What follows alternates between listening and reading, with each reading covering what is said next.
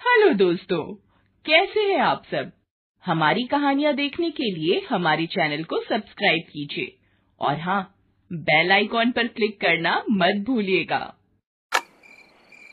रात के 12 बज रहे थे, लेकिन 21 साल के हरीश की आंखों से नींद कोसों दूर थी। वो इधर उधर करवटें बदल रहा था और काम्या के बारे में सोच रहा था। फिर उसने अपना मोबाइल निकाला और मोबाइल की गैलरी में काम्या की तस्वीर को जूम करके देखने लगा। जैसे जैसे काम्या की तस्वीर बड़ी और नजदीक होती जा रही थी, उसकी सांसें तेज हो रही थी और दिल की धड़कन भी बढ़ रही थी। उफ, कोई इतना खूबसूरत कैसे हो सकता है। ऐसा लगता है कि ईश्वर ने टाइम निकाल कर इन्हें बनाया है। काश ये हमेशा के लिए मेरी हो जाए। काम्या के बारे में सोचते हुए हरीश को कब नींद आ गई, उसे पता ही नहीं चला। 35 साल की काम्या बहुत ही खूबसूरत थी। उसका गोरा रंग, घुंघराले काले बाल और बड़ी बड़ी आंखें, जो भी उसे देखता देखता ही रह जाता। माँ, मैं कॉलेज जा रही हूँ। आज कॉलेज में कुछ जरूरी मीटिंग है, इसलिए जल्दी पहुंचना होगा। अरे, नाश्ता तो कर ले। माँ, मैंने चाय पी ली है, कैंटीन में कुछ खा लूंगी। काम्या अपनी माँ के साथ दिल्ली में रहती है। काम्या ने अब तक शादी नहीं की थी। वो दिल्ली के ही एक कॉलेज में इकोनॉमिक्स की प्रोफेसर थी। अपने सब्जेक्ट में वो बहुत ही माहिर थी, इसलिए कॉलेज के प्रोफेसर के साथ साथ स्टूडेंट्स भी उसे बहुत मानते थे। काम्या आज भी अपने स्टूडेंट्स की क्लास ले रही थी। उन्हीं स्टूडेंट्स में हरीश भी था, जो उसे घूर घूर कर देख रहा था और मन ही मन उनके बारे में कुछ सोच रहा था। इकोनॉमिक्स जैसे बोरिंग सब्जेक्ट्स को भी काम्या मैम कितना इंटरेस्टिंग बना देती हैं। ये खुद भी तो इतनी इंटरेस्टिंग है कि इनसे पीछा छुड़ाना मुश्किल हो जाता है। हरीश काम्या मैम के ख्यालों में खोया हुआ था। तभी काम्या ने उससे एक सवाल पूछा। अब हरीश का ध्यान उनकी पढ़ाई पर रहता तब तो वो जवाब देता, उसका ध्यान तो काम्या मैम पर था। हरीश, क्या बात है, तुम्हारा ध्यान कहाँ रहता है? मैं जब भी तुमसे कोई सवाल पूछती हूँ तुम इधर उधर देखने लगते हो। वो मैम, मैं इधर उधर नहीं देख रहा था, मैं तो आपको ही देख रहा था। आपसे नजर हटती कहाँ है मैम। उसके ऐसा कहते ही पूरी क्लास हंस पड़ी। हरीश, ये तुम क्या कह रहे हो? मैम की डांट सुनते ही हरीश को अपनी गलती का एहसास हुआ और उसने अपनी बात को बदलते हुए कहा, सॉरी मैम, मेरा मतलब वो नहीं था। मैं तो ये कहना चाह रहा था कि आप इतना अच्छा पढ़ाती हैं कि कोई कहीं और कैसे ध्यान दे सकता है। अच्छा ठीक है, तो फिर मेरे सवाल का जवाब दो। उसी दिन की बात है, लंच का समय खत्म हो गया था। हरीश स्टाफ रूम के बाहर काम्या मैम का ही इंतजार कर रहा था। जैसे ही मैम स्टाफ रूम से निकलकर दूसरे क्लास की ओर बढ़ी, पीछे से हरीश ने उन्हें टोकते हुए कहा, एक्सक्यूज मी मैम। हरीश, तुम यहाँ? तुम्हें तो अपनी क्लास में होना चाहिए। मैम, वो मुझे आपसे कुछ बात करनी थी। मुझसे? हाँ बोलो, क्या बात है? उसके बाद हरीश ने डरते डरते धीमे से काम्या मैम से कहा, मैम, मैं आपसे ट्यूशन पढ़ना चाहता हूँ। ट्यूशन? पर मैं तो ट्यूशन नहीं पढ़ाती। तुम्हें कोई भी प्रॉब्लम है तो तुम मुझसे यहीं पूछ लो, मैं उसका सोल्यूशन दे दूंगी। सॉरी मैम, लेकिन यहाँ इतने सारे स्टूडेंट्स होते हैं कि मैं पूछ ही नहीं पाता, और कभी कभी तो लगता है कि कहीं मेरे किसी क्वेश्चन पर वो हंस ना दें। अरे ये क्या बात हुई? क्वेश्चन पूछने पर कोई क्यों हंसेगा? जितनी मर्जी है और सब्जेक्ट से रिलेटेड जो भी सवाल है तुम पूछो। एक बार नहीं, बार बार पूछो, लेकिन ट्यूशन के लिए मुझसे मत कहो।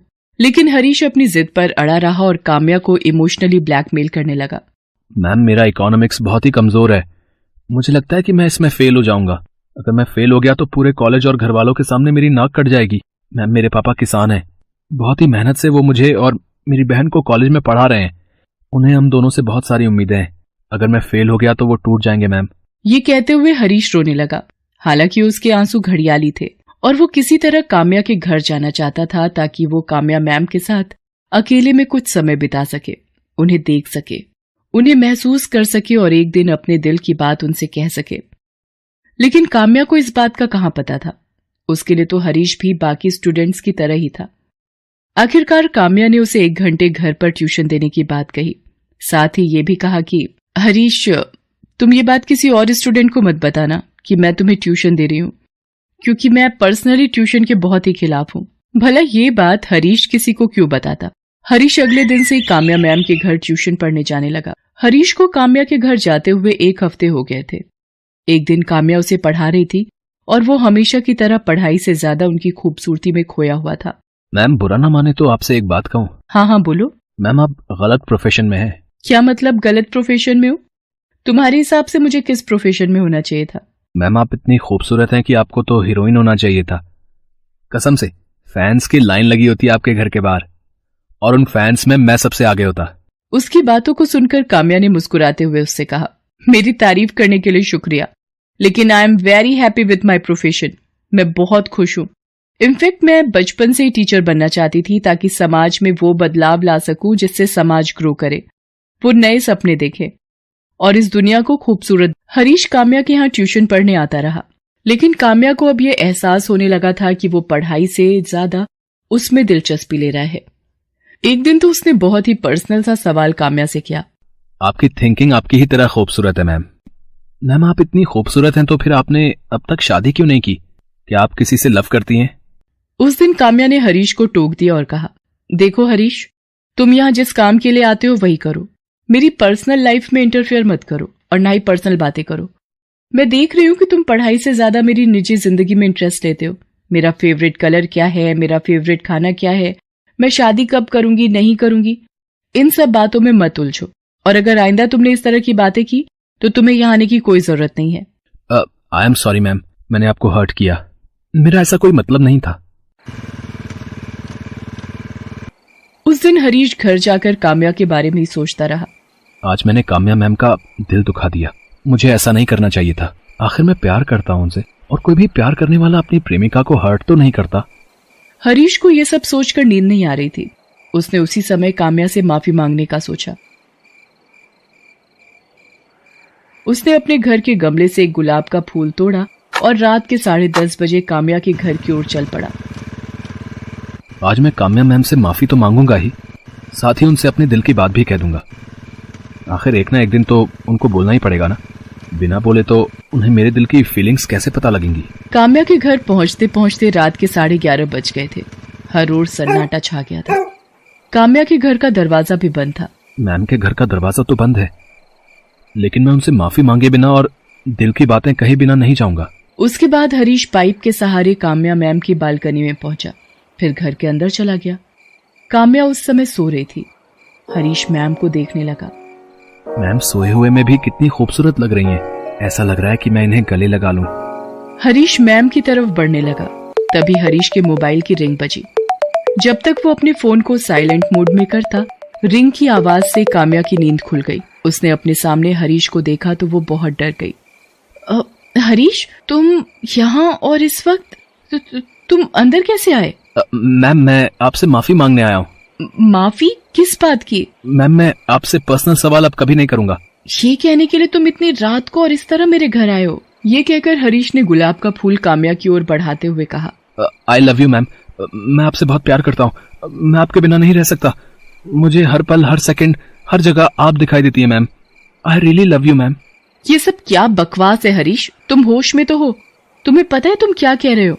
ये कहकर हरीश काम्या की ओर एक बार फिर से बढ़ा। Stop, I said stop. जहां खड़े हो वहीं खड़े रहो, नहीं तो अभी मैं पुलिस को बुलाऊंगी और तुम्हें जेल भिजवा दूंगी। एक ही सेकंड में सारी आशिकी बाहर आ जाएगी। ये आप क्या कह रही हैं मैम? किसी को प्यार करना कोई गुनाह तो नहीं है। देखिए, पुलिस को मत बुलाइए। मेरे प्रेम प्रस्ताव को स्वीकार कर लीजिए।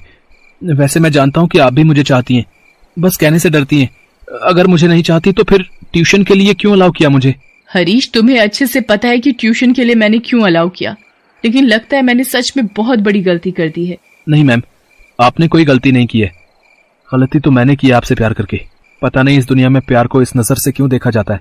सभी कहते हैं कि एक दूसरे से प्यार करो, फिर कंडीशन लगाने लगते हैं। प्यार कंडीशन से नहीं होता है, लेकिन उसकी सीमाएं तय हैं हरीश।